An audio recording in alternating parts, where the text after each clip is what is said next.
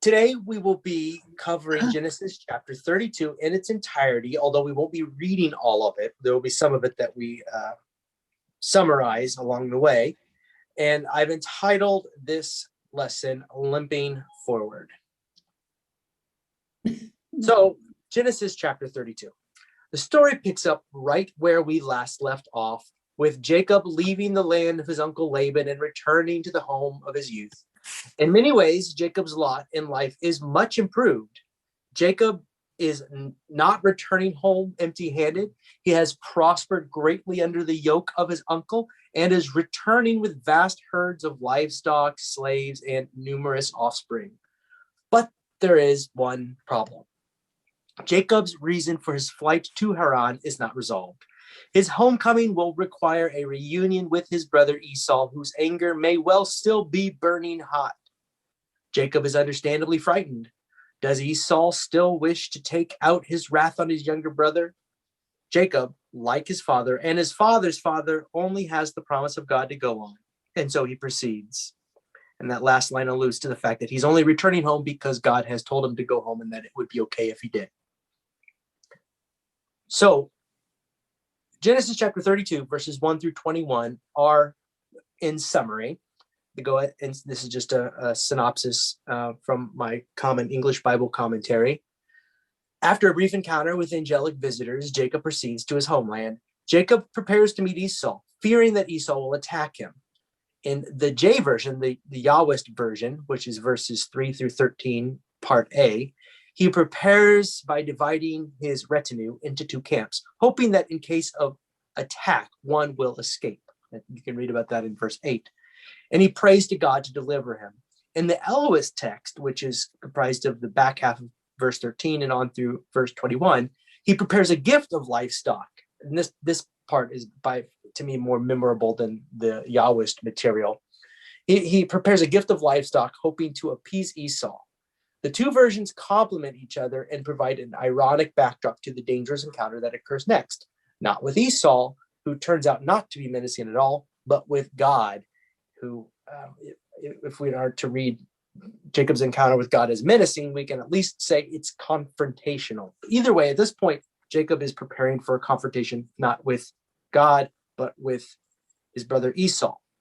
In verses 3 through 5 of chapter 32, we read how Jacob prepares to meet Esau by sending messengers with a peaceful overture, calls himself your servant, and refers to his brother as his master. These are formal terms of respect, and he references himself as a person who is wanting to be kind to his brother, which in this context means to be gracious beyond what is deserved or required. In verses 6 through 8, Jacob could only imagine a violent end to his conflict with Esau, and I have to say, I can understand Jacob's fear. How else are we to interpret Esau's advance with 400 men in tow? Certainly reads like Esau's coming out to do battle. And then in verses 9 through 12, Jacob has followed the Lord's instruction and now asks for protection. He pleads with God, who has been faithful to him thus far.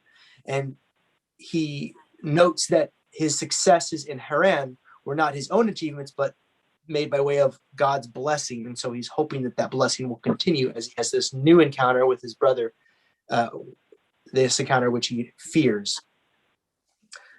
Now, that was the Yahwist material, covering the Elohist material, we read how Jacob will offer his present to Esau. The spacing of the groups of livestock will allow ample time for Esau's anger to abate before he sees Jacob. Also, some scholars speculate that the spacing out of the herds coming in groups is meant to make the presence appear to be more, to be grander than it is, although it is in fact a very large present. He's presenting him with quite a lot of livestock and such. So he sends these groups forward. And then he says, afterwards, I shall see his face, meaning Esau's, which is an ironic anticipation of Jacob seeing God's face, the face of God, not his brother's. So the scene is set for what follows. Jacob is amped up for this reunion with his brother after 20 plus years. And in the space between Jacob's fear and beholding his brother for the first time in decades, Jacob has an encounter with God and comes face to face with one he did not anticipate. And here's where we'll pick up and look at the text in detail. Genesis 32, verse 32. The same night he got up and took his 2 wives, his 2 maids, and his 11 children, and crossed the ford of Jabbok. He took them and sent them across the stream, and likewise everything that he had. Jacob was left alone, and a man wrestled with him until daybreak. The Hebrew word for wrestle sounds like Jabbok, and even a bit like the name Jacob. So we have a word play going on here, a play on words that links the river's name and then the event that happened there with the central character, Jacob. And in the Hebrew literature, this is often lost in the English translations, but they love these sorts of word plays or these puns. They're shot throughout the Hebrew Bible, these plays on words. Just a little bit of fun. In verse 24, we read how the narrator refers to Jacob's attacker as a man, but Jacob later says he has seen God's face. Elsewhere, Genesis sometimes pictures the Lord as a human-like figure. For example, when Yahweh appeared to Abraham in the heat of the day, where Abraham made a meal for him, and they told him about what was going to happen to Sodom and Gomorrah. However, Jacob does not know the identity of the attacker at first. Initially, neither Jacob nor we, the reader, we only come at this with foreknowledge, but if we were reading this for the first time, you would not know the identity of this intruder. Was it a thief? Very plausible. Was it Esau, in fact? Plausible. A water spirit? The struggle was intense, and the newcomer could not wrestle Jacob into submission, and so they wrestled throughout the night. It is unclear whether the divine being is an angel of God or God himself, since angels can speak in God's name, and we have seen that in other parts of the Hebrew Bible up until this point. Verse 25. When the man saw that he did not prevail against Jacob, he struck him on the hip socket, and Jacob's hip was put out of joint as he wrestled with him. The first part of verse 25 contains a challenging and provocative theological concept. When the man, or God, or / angel of God, divine heavenly being, however you frame it, saw that he did not prevail against Jacob. In other words, this messenger from heaven, or in fact God's self, did not overwhelm Jacob. In other words, this is not play acting. The struggle is real. Jacob has, in fact, kept the divine being in a deadlock struggle through the night. And here's the profound, provocative theological implication. Humans may well thwart the intentions and purposes of God should they choose to put up some form of resistance. What's more, Jacob is not punished for this, as we will come to see. In fact, he receives blessing as a result. Green writes in the Common English Bible Commentary, the winner of the wrestling match is left in some doubt. The attacker couldn't defeat Jacob and said that Jacob won in verse 28. Yet the attacker wounds Jacob and has the power to bless him. The attacker tore a muscle in Jacob's thigh. Such injuries commonly occur while wrestling. It's unlikely that the text refers to a hip dislocation, as is often translated, since a hip dislocation is so serious that the injured person doesn't walk away from it, even with a limp. But that's conjecture. We don't know really the extent of what this injury is. We just know that he walks away with a limp. Goes on, Fritham writes in the New Interpreter's Bible Commentary that the NRSV translation of struck, that he, the angelic being, struck him on the hip socket is truer than touched. Some translations say he just touched the hip, and you get this idea that it's just a slight touch and it just sort of falls out of socket. But both translations are possible. That's, I guess, neither here nor there. Verse 26. Then he said, he, being the angelic being the one who Jacob later refers to as God, he says, let me go, for the day is breaking. But Jacob said, I will not let you go unless you bless me. So question, why must the struggle stop before the sunrise? Handel speculates that perhaps angels have a duty to be present in heaven at dawn, or perhaps the nighttime is generally a dangerous time when divine spirits may attack. But Fritham writes, and this is what I think is actually the implication capitalized in this Quote, "It was commonplace that God's face would not be seen. No one shall see me and live," as God said from the mountain in Exodus chapter 33, verse 20. This reflects a concern not for God, but for the life of the one seeing. In this story, God is not the one endangered by this daylight. It is Jacob. To see God in the full light of day would have meant death for Jacob. If Jacob holds on until daybreak, he is a dead man. At the same time, the continued grasping of God on Jacob's part in the near dawn light also says something about Jacob. He is willing to risk death for the sake of the divine blessing. God holds Jacob's life in the balance, but God seems unable to break away from Jacob's desperate grasp. We see in this momentary struggle a microcosm of the broader struggle between God's creation and God's ever-present struggle to conform it to the purposes of God. All of creation and all of humanity struggles with God. In the context of this struggle, Jacob makes the right request. He asks for a blessing, for by now he seems to have gathered just who it is he contends with, the God who has promised blessing in the past and has been faithful thus far. Verse 27, "And he said to him, 'What is your name?' And he said, 'Jacob.' Then the man said, 'You shall no longer be called Jacob, but Israel, for you have striven with God and with humans and have prevailed.'" So like his grandfather before him, he received a new name. Remember, Abram was given the new name Abraham. His grandmother Sarai was given the name Sarah. Now he has given a new name, and the change in his name and the implications are far more obvious than in those previous examples I just cited with Abram and Sarai. Because the meaning of Jacob's new name, Israel, is explained right in the text. It means you have striven, Sarita, with God, Elohim, and with humans, and have prevailed. So this refers to Jacob's victory not only of Esau, of Isaac, of Laban, but now with God, or alternatively gods, depending on how we are to see this angelic divine being wrestling with Jacob in the night. The point is, Jacob prevailed. Jacob wrestled with God and prevailed. And that's what's wrapped up in this name Israel. In what sense does God not prevail in verse 25 and Jacob prevail, as implied in verse 28? Neither emerges as the qualified winner, writes Fritham.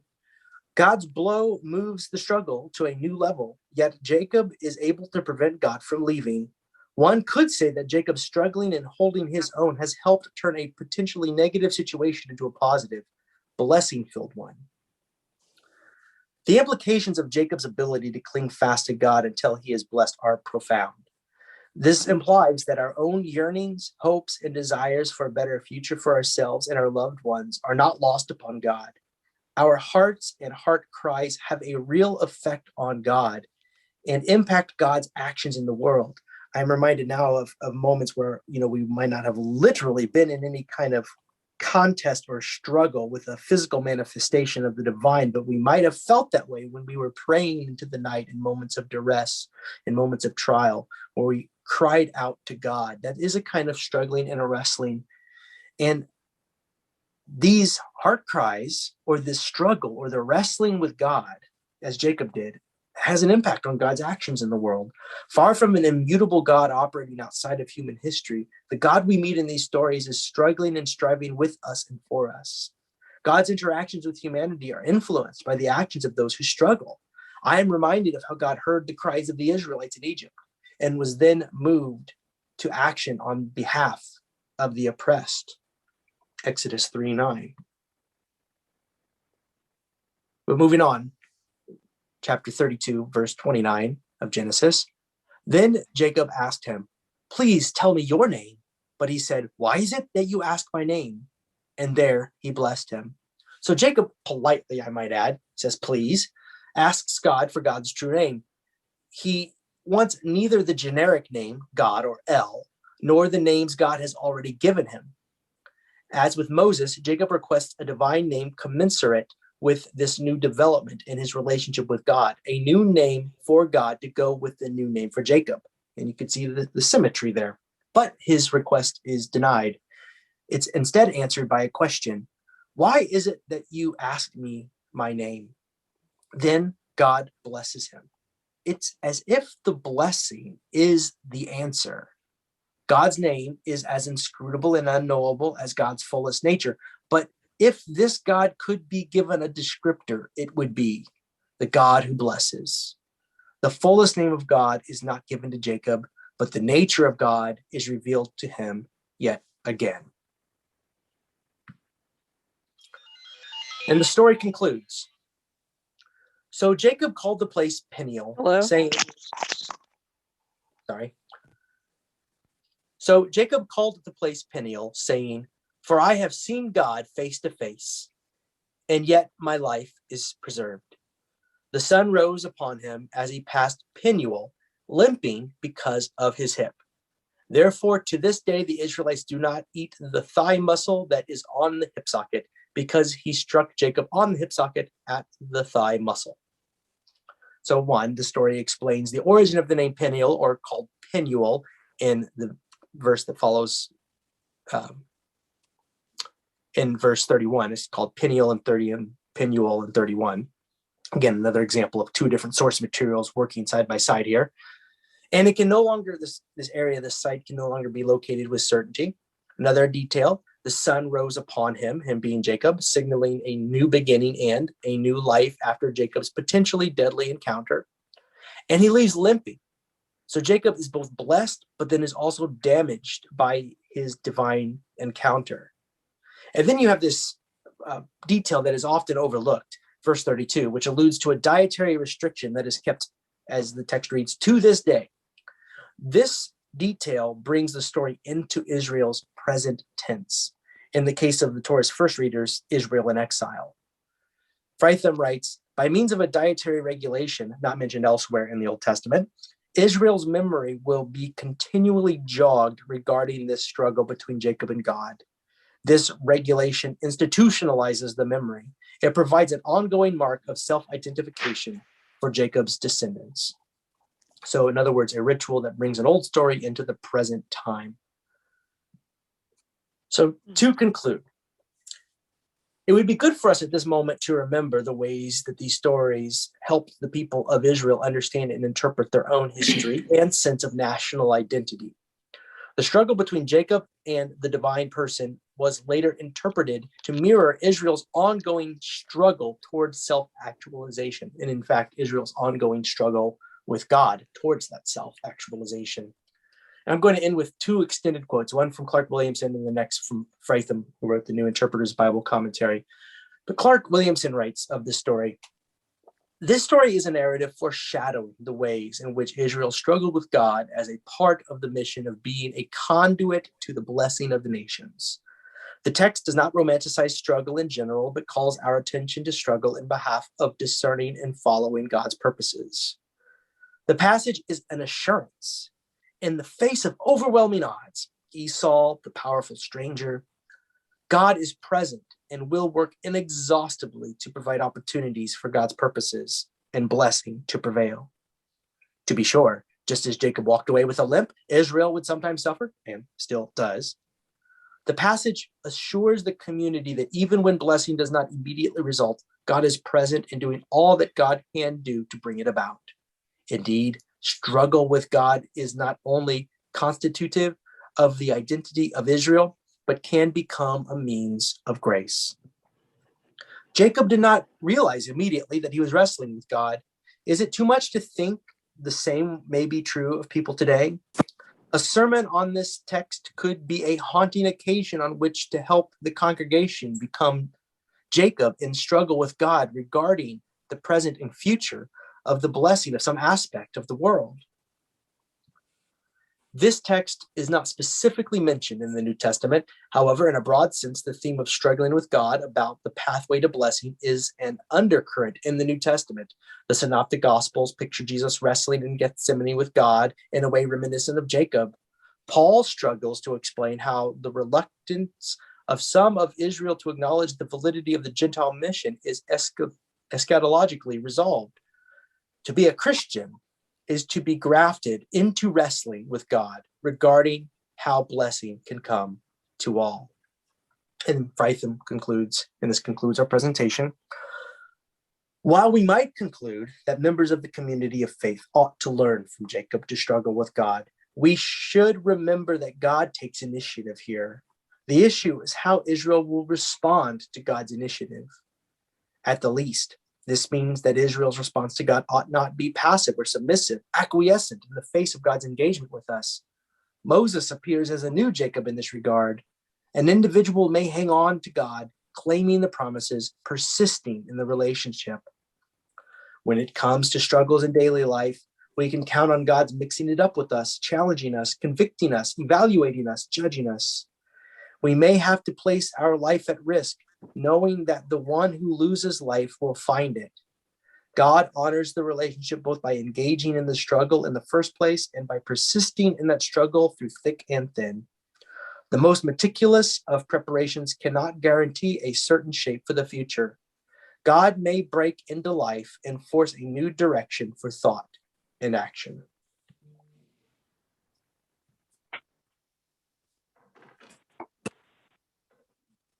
I bring it back for comments or questions or whatever it is that occurred to you throughout the course of the past 20 minutes. So you didn't say that you thought that God could have been Jesus. I don't think that that was ever an original interpretation within the world of that text. I try to keep it in the world of the original hearers. Christians do project back into it and say, well, you've got a flesh and blood person who is wrestling with another human. And so, it's Jesus. That move is never made explicitly, actually at all, in the New Testament. And I think it would be certainly not in the minds of the original hearers of this book.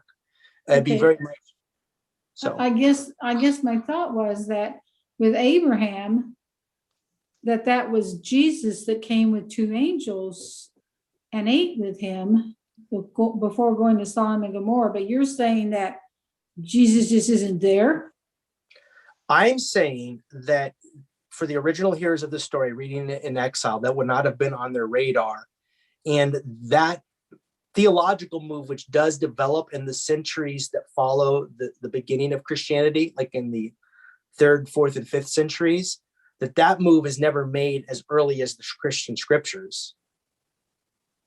So I'm just saying that you could speculate and wonder if that wasn't what they call a theophany, an early appearance of Jesus, but it would be pure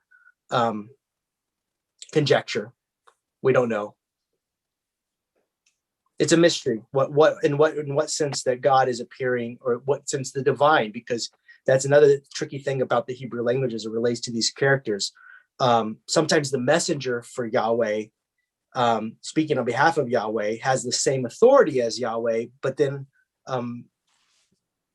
whether or not it is in fact the God of all who is embodied in that moment, or a messenger, is somehow sometimes lost in the Hebrew used to describe these people.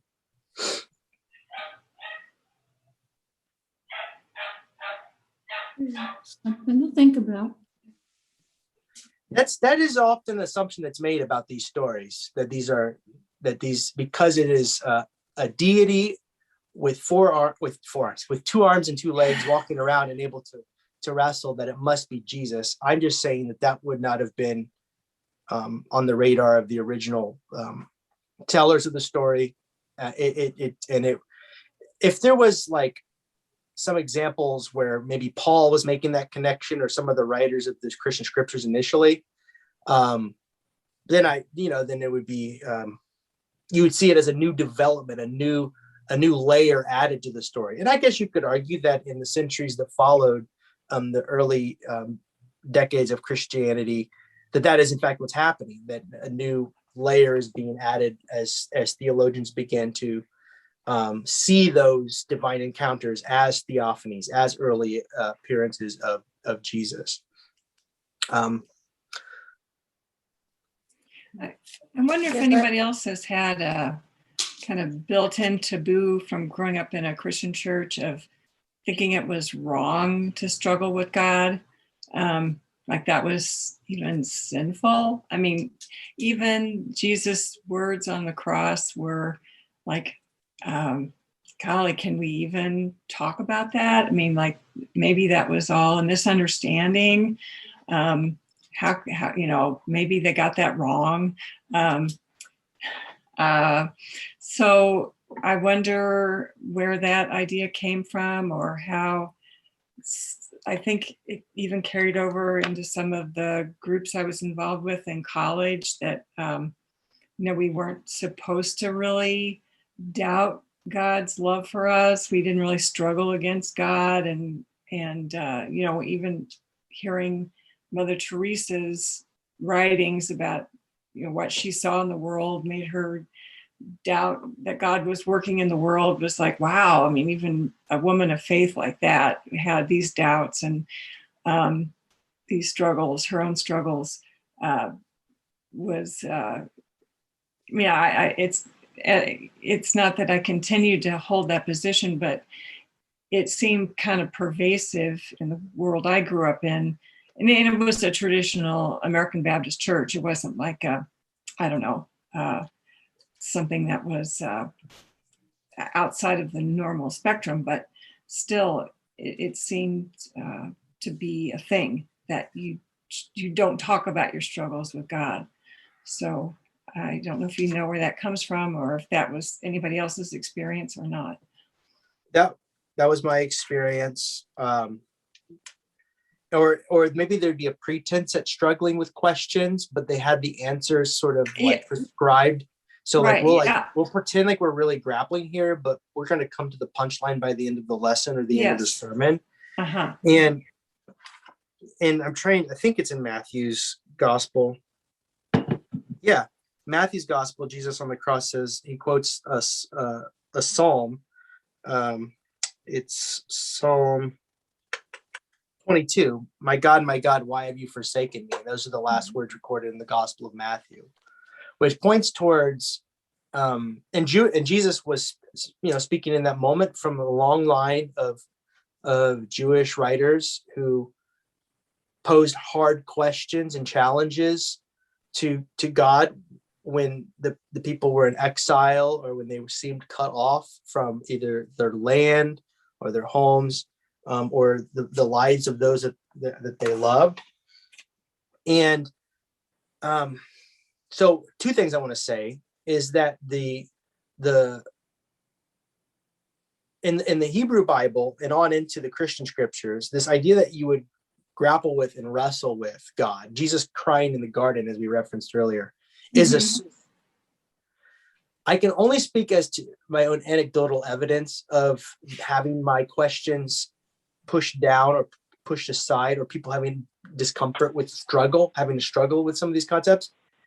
And I think, and this is my opinion, I think it's projection.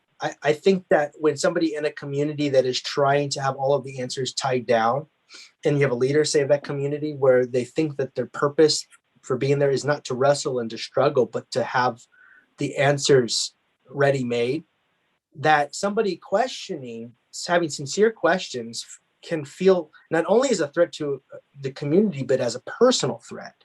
And I say that's anecdotal evidence because I remember what it felt like to hear somebody in my religious community question things that I felt my own salvation hung upon. And then that person became, their presence, their ideas became a threat to me. And then I felt like I needed to convince them of the wrongness of their ideas, or the worst case scenario would be like a church seeing the questions as a sign of moral failing, which does happen.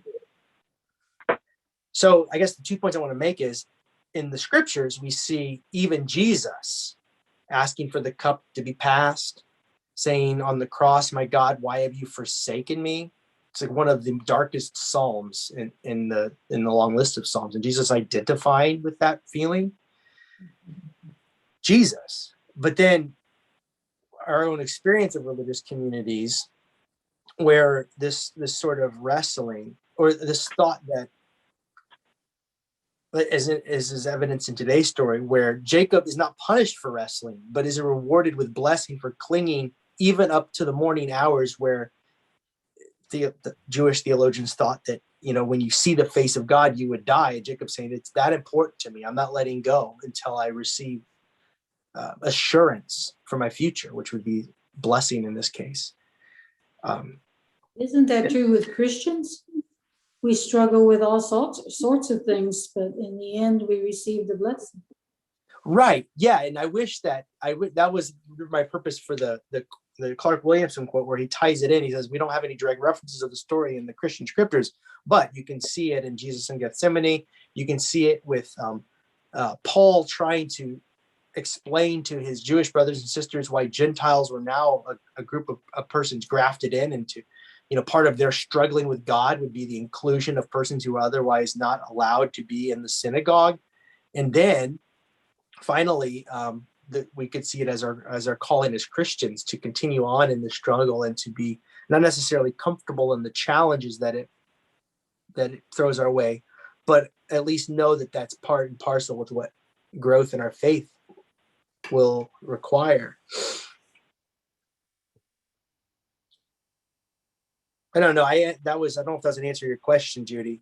No, it does. It says a lot. I think that there was some discomfort of not having. It kind of goes back to what we said in the very first lesson about ways of discussing the Bible, and the Jewish tradition being what is the midrash? Yeah, the midrash, and saying there might be many different ways of looking at this particular passage or this particular tradition, and arguing and saying that's okay. And I never found that to be the case. Like our Bibles, Sunday school was always, there was a lesson, and by the end you always had to say, okay, that's the lesson, and any questions? No.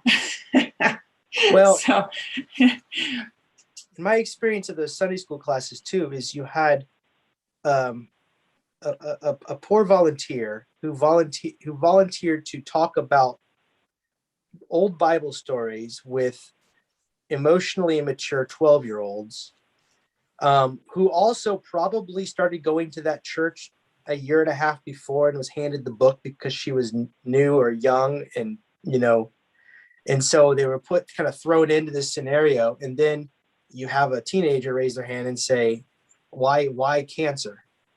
And then they're like, they're put in a position to immediately become reflexive and defensive if they're unsure themselves of their own footing. Mm-hmm. Not that is ever an easy answer why cancer to begin with, right?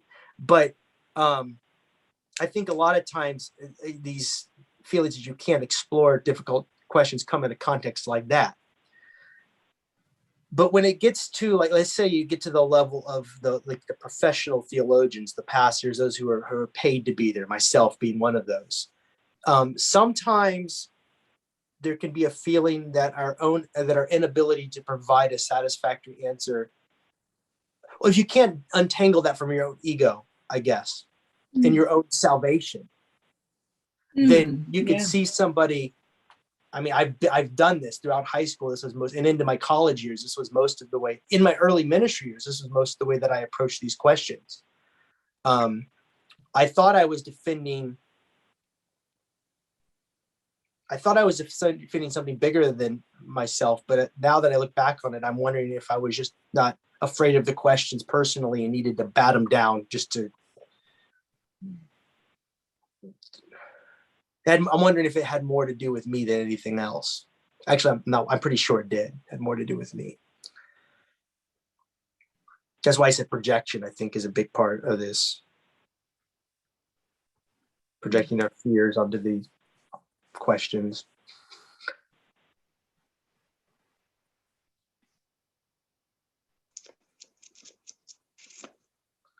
But I like this. You think this fight or wrestling, whatever you want to call it, was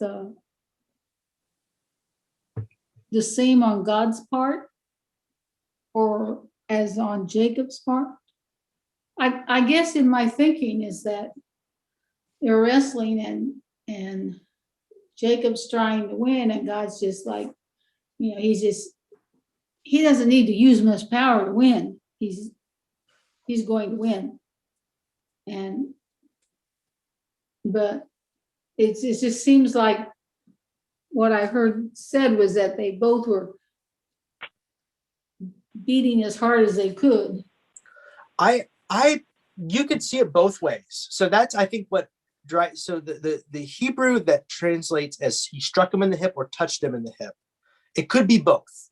Mm-hmm. But I think why somebody would prefer the touch as opposed to the strike would be to give you the impression that God, wrestling, is in complete control of the situation throughout, and just sort of waiting Jacob out, and then decides, hey, I'm just going to call it now. It's like you're in an arm wrestling match and you're like, I'm going to stand here neutral for 3 hours and then show you what I'm capable of. Just, throw the arm down.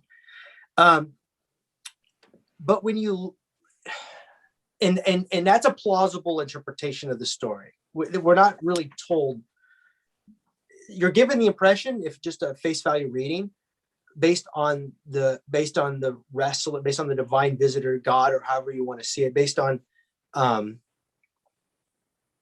his request for Jacob to let him go. Daylight's upon us, let me go, implies that there's some level to which Jacob has at least some, if not mastery of the situation, some influence on whether or not the fight is called in that moment or not.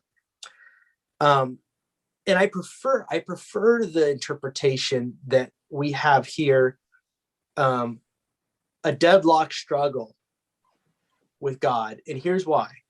It plays true to my experience of God's interactions with the world to this very day, where you see so much of creation obviously not conforming to the best intents and purposes of God's desire for us. You see humans constantly in this struggle with morality and the human narrative and the story, broadly speaking, not only falling short, but failing in magnificent ways to commit atrocities and evils. And if you take it to the microcosm level of germs preying on other parts of creation, you have this whole mess where, or if you take it back to the theology of the fall of humanity in the garden, where you see an intent and purpose for God struggling with creation towards his best purposes, and it not making that cut, making the grade. And so this idea that whether God is giving Jacob the freedom to have it participate in an honest struggle, I mean, that bears a lot more discussion, I guess. But personally, I find this idea that it's a real and honest wrestling match between two wills is more satisfying for my own experience of living in the world. Is God in God's striving with humanity really going to overwhelm our freedom and our volition to do wonderful things or terrible things? And experience seems to suggest that while God is, well, hopefully, the Christian hope is that in the end of things find satisfaction, and that every ill will be set to right, and there will be a restoration and redemption of the heavens and the earth. In the time in between, it certainly feels like the struggle is real, and that a lot can be gained and a lot could consequently be lost as we fall short. Does that answer your question for my? Yeah, I had not thought of this as being a struggle of a will. That Jacob does not want God to go, and he's pulling and pulling and pulling and doing his best to keep him. And God trying to instill upon Jacob things he needs to know and the way he needs to live. And that Jacob learns from the struggle how to live. So that's a new thought. I have to think about that. Well, that's both everything that we're talking about here, what you just said, and they're both plausible interpretations, and both cases are made in the commentaries that I read. So I think that's one of the beauties of this story is it brings out lots of conversations and really more questions than answers. But the thing that's clear is that there's the wrestling and there's the struggle, and that Jacob left with a limp and a blessing. And, that whether you're looking at your own life's experiences and saying, my struggles I now wear as badges of honor, although I wouldn't wish it on my enemy. But when I went through that thing, it also shaped me in ways that I would not give up today. There's the limp. The blessing would be the ways it shaped those events and those, I guess, what feels like a struggle with God and creation, the ways it shapes our virtue. I think that's what I hear you saying, the way that it changed Jacob at just the right moment before he goes to the struggle he anticipated, which he thought was going to be with his brother. But now change. Also, he has this constant reminder. Yeah. Now, when he starts maybe trying to go down the wrong road, he takes a step and thinks, oh yeah, I remember this struggle. Yeah. So it's one of the most iconic stories. And to go more on with what you were saying early, Judy, I'm almost embarrassed at the sermons that I preached early on about this, where my takeaway was shock and surprise that we can struggle and wrestle and grapple with God. Mm. Like it was just a revelation. I was like, can you believe it? Like that to me was a bold and controversial claim to make in early sermons that I preached on this. Mm. And a lot of that had to do with my shaping in Christian communities growing up, where that was that point was seldom, if ever, made, or if it was made, it was with the caveat that, like, yeah, struggle, but eventually you're going to have to really pray through and drop it. Like, come to these same conclusions, and also I think it has something to do with adhering to group norms. I mean, I think that creating community has a lot to do with adopting the same kinds of beliefs and behaviors, and creating that kind of closeness that comes with believing the same way. And that sounds kind of cultish, but I think there have been times when people had to cling to each other in ways that included our beliefs, behaviors, and attitudes, and so that kind of survival depended on that. And so there may be more to it than just being Christian, but so there's a lot of aspects to this. And so the norm in a Jewish community may have been, that you struggle, that was part of their early stories and shaping it. And I don't know why it became that way in my early life in our communities, but that's just what it became. So yeah, that's my experience too. I'm grateful for this story. Yeah, I'm too.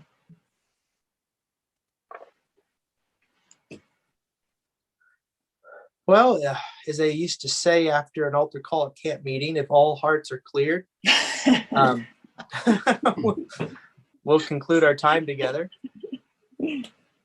And thank you for your comments and your input. And I'll see you all. I'll see John tomorrow and Connie tomorrow.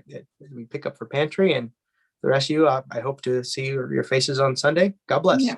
Okay. You too. Thank you so much. Mm-hmm. Bye.